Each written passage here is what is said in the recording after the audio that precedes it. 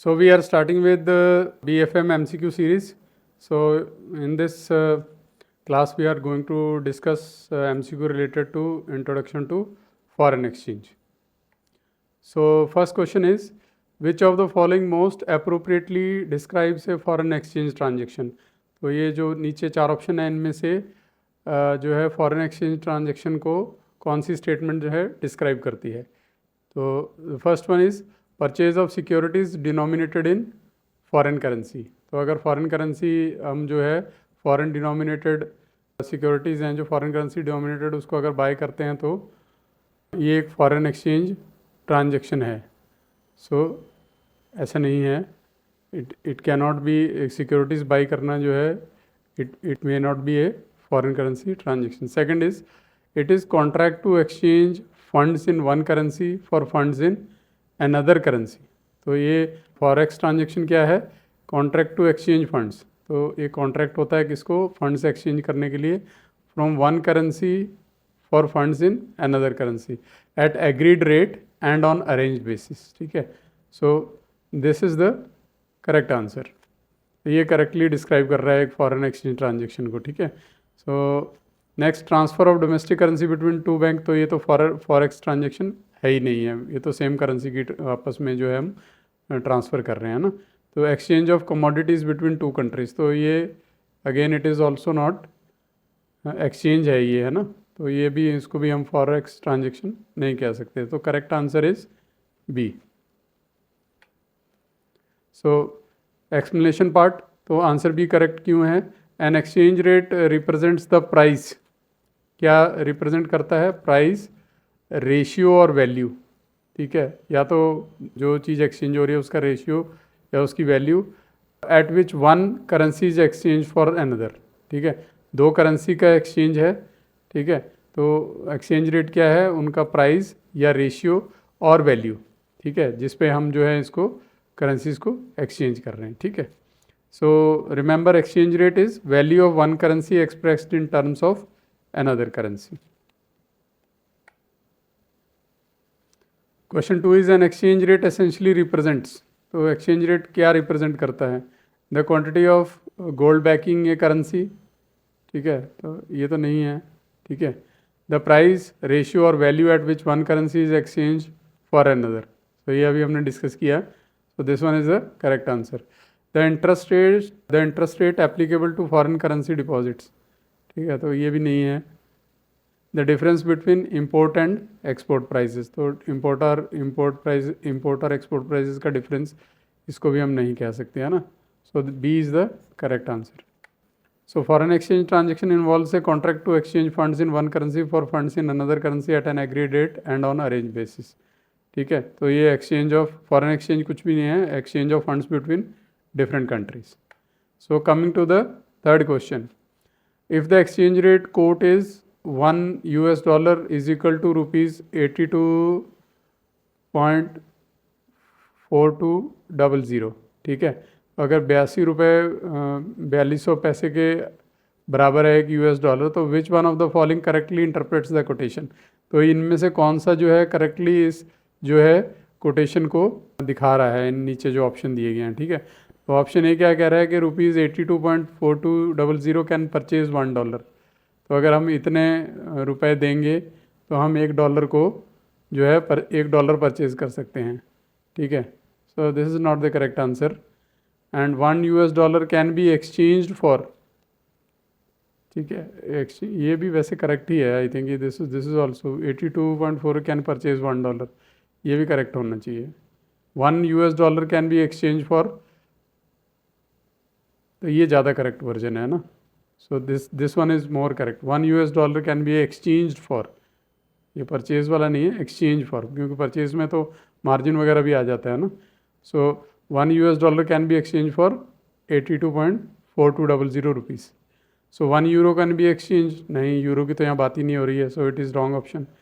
80 then ₹82 is equivalent to €1. तो ये euro से तो कोई रिलेशन ही नहीं है इसका. ठीक है, so B is the correct answer. Why answer B is correct? Because $1 is equal to ₹82.4200. Therefore, $1 is equivalent to 82 rupees .4200 है ना. So always identify 1 unit of which currency is equal to how many units of other currency. ठीक है, तो इसको identify करना है, तो इससे हम करेक्ट आंसर तक पहुंच सकते हैं. So exchange rate, next question is exchange rates are described as dynamic primarily because they are. तो एक्सचेंज रेट को हम डायनेमिक क्यों कहते हैं? Are fixed by central banks every day. तो इसका तो अगर एवरी डे भी हो रहा है तो इट इज़ नॉट, हम डायनेमिक नहीं कह सकते इसको. And change from day to day, minute to minute, second to second, depending upon various factors. So this is the correct answer है ना. क्योंकि डायनेमिक इसलिए है क्योंकि ये एक्सचेंज रेट जो है डे टू डे चेंज होते हैं, minute to minute, second to second, and बहुत फास्ट चेंजेस आते हैं ना. सो इसीलिए हम इसको डायनेमिक बोलते हैं. So change only when international trade changes, तो ऐसा भी नहीं है. ठीक है, इंटरनेशनल ट्रेड चेंज होगा तो इसके साथ उतना क्विक वेरी नहीं, उससे बहुत फास्ट होते हैं ये ना.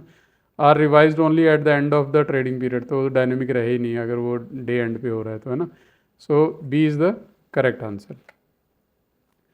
सो इसका एक्सप्लेनेशन क्या है? Exchange rates are dynamic because they can change day to day, minute to minute, second to second, and the movement depends upon various factors. पहली चीज़ तो ये बहुत फास्ट चेंजिंग है. दूसरा क्योंकि बहुत सारे फैक्टर इनको अफेक्ट करते हैं फॉरेन एक्सचेंज मार्केट को, है ना. So coming to the fifth question, which of the following is included within the broad meaning of foreign exchange. तो फॉरेन एक्सचेंज का जो एक ब्रॉड, अगर हम कैटेगराइजेशन, ब्रॉड अगर डेफिनेशन लें तो इनमें से कौन सा जो है सही रहेगा? Only foreign currency notes and coins, तो सिर्फ फॉरेन करेंसी और नोट्स आते हैं फॉरेन एक्सचेंज में? नो.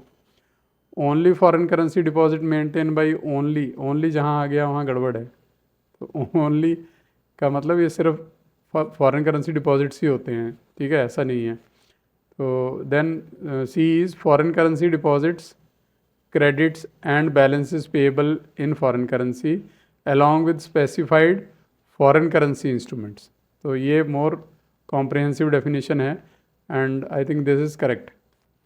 तो लास्ट वाले को भी देख लेते हैं. Only export proceeds received in foreign currency, only, फिर यहाँ पे भी ओनली दिया है ना. सो अगेन ओनली नहीं है. This is the correct definition of, correct meaning of foreign exchange. So foreign exchange as a broader meaning than physical foreign currency. सिर्फ हम रुपए जो कॉइन्स होते हैं या फिजिकल नोट्स हैं उन्हीं को हम फॉरेन करेंसी नहीं बोलते. इसके अलावा इसमें क्या क्या इंक्लूड है? फॉरेन करेंसी डिपॉजिट्स, बाहर की करेंसी में जो भी डिपॉजिट्स हैं हमारे पास, है ना, एफडीज़ हैं. देन एफडीज़ या आपका नॉर्मल डिपॉजिट्स है ना. तो credits and balances payable in foreign currency, कुछ क्रेडिट्स हैं या बैलेंसेस हैं जो फॉरेन करेंसी में पेएबल हैं.